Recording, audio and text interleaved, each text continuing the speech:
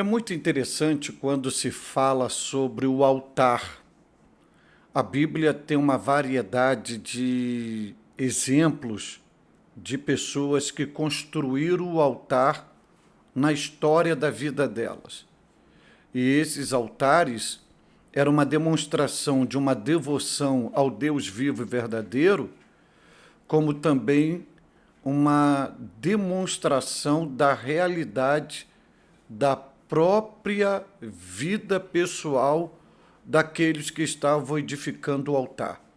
Você pode ver esse exemplo em Abraão, você pode ver esse exemplo em Noé, que foram pessoas que tinham o prazer de estarem construindo o altar.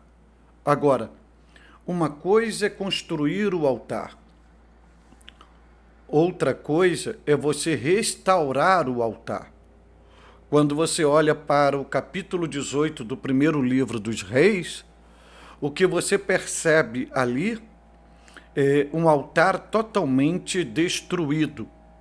E o altar era uma simbologia do relacionamento do povo com Deus, sinônimo de comunhão, de intimidade, devoção, adoração e espiritualidade. O altar destruído do primeiro livro dos Reis, no capítulo 18, é uma sinalização de como o povo estava degenerado, corrompido, desconectado e totalmente fragmentado ou quebrado diante da presença de Deus. Isso sinalizava que aquela geração a qual Elias estava inserido era uma geração que estava totalmente desviada da presença de Deus, vinculada à idolatria, à prostituição, tanto moral quanto espiritual, e o povo, seu retrato, era demonstrado com aquele altar quebrado. Quando Elias percebe isto, qual é a primeira atitude de Elias quando ele percebe que o altar do Senhor estava quebrado? Percebe que Elias não ora. A primeira atitude de Elias não é oração. A primeira atitude de Elias é esforço, é dedicação, iniciativa. Elias vai juntar as pedras, na totalidade de 12 pedras, e Elias vai restaurar o altar do Senhor. Veja que Elias restaurou o altar do Senhor. O altar restaurado era um sinônimo de vidas restauradas. Era um sinônimo da restauração da aliança, da comunhão, da devoção do povo para com Deus e de Deus para com o povo. Logo, quando você pega essa análise comparativa do capítulo 18 do primeiro livro dos Reis com uma realidade da igreja pós-modernidade, dos crentes pós-modernidade, a gente percebe que há uma necessidade, neste tempo do fim, da restauração do altar. Porque o altar quebrado nada mais é do que uma exposição da realidade da nossa vida diante de Deus, com Deus e para com Deus.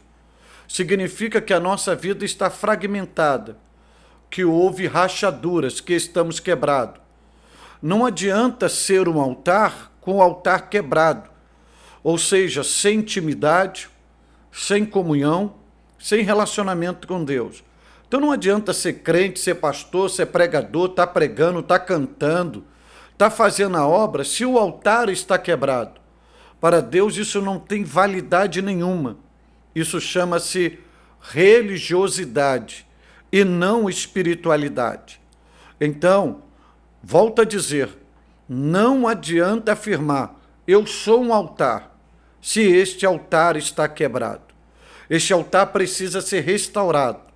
Alguma coisa na trajetória da vida aconteceu que houve uma ruptura, houve um fragmento, e este altar está destruído. Isto é, vidas diante de Deus sem sentidos, sem comunhão, sem relacionamento íntimo com Deus. Então, eis a razão hoje porque muitas igrejas e muitos crentes não desfrutam da presença de Deus, porque Deus não se relaciona com o altar quebrado. Deus não se apresenta onde o altar está quebrado. Não há manifestação de Deus onde existe altar quebrado. Isto é claro no primeiro livro dos Reis, capítulo 18. Deus só foi se manifestar após uma oração de Elias, quando o altar havia sido restaurado. Isso mostra que não adianta orar com o altar quebrado. Primeiro restaura o altar para depois acessar a presença de Deus, para invocar uma manifestação de Deus. Então, hoje, a escassez da voz de Deus, da presença de Deus, dos milagres, da provisão, da intervenção de Deus, não tem nenhuma ação de diabo nisso. A ação, a responsabilidade, a gravidade é de altares quebrados que estão dentro da igreja, que esses altares impedem a manifestação plena da glória de Deus, uma ação reveladora de Deus no meio do seu povo. Então, o que é necessário? O que é necessário, primeiro, é o povo de Deus hoje abandonar a prostituição espiritual, abandonar a idolatria, abandonar os seus pecados e voltar-se para Deus, para uma unidade do corpo, para uma devoção, para um compromisso e restaurar o seu próprio altar, porque o altar representa a sua própria vida. Veja que Elias não mandou os filhos de Israel restaurar o altar. Ele mesmo foi restaurar, sinalizando que cada um de nós temos a responsabilidade pessoal de restaurar o nosso próprio altar. Então, ao invés de pedir, Deus restaura, ou ore por mim, você tem que assumir a sua responsabilidade, seu compromisso espiritual e agir para restaurar o seu próprio altar. Porque na situação que você está, com esse altar quebrado, você não desfruta da presença de Deus e está impedindo a comunidade eclesiástica também de desfrutar da presença de Deus.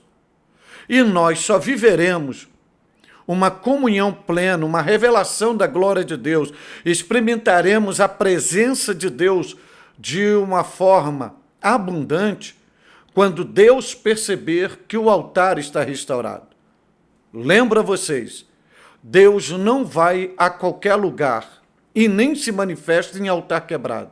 Deus só desce, só se revela em altar restaurado, como se manifestou após Elias ter restaurado o altar. Então, fica aqui este conselho. Quer a presença de Deus? Quer desfrutar da comunhão diária com o Senhor? Então restaure o altar de Deus em tua vida.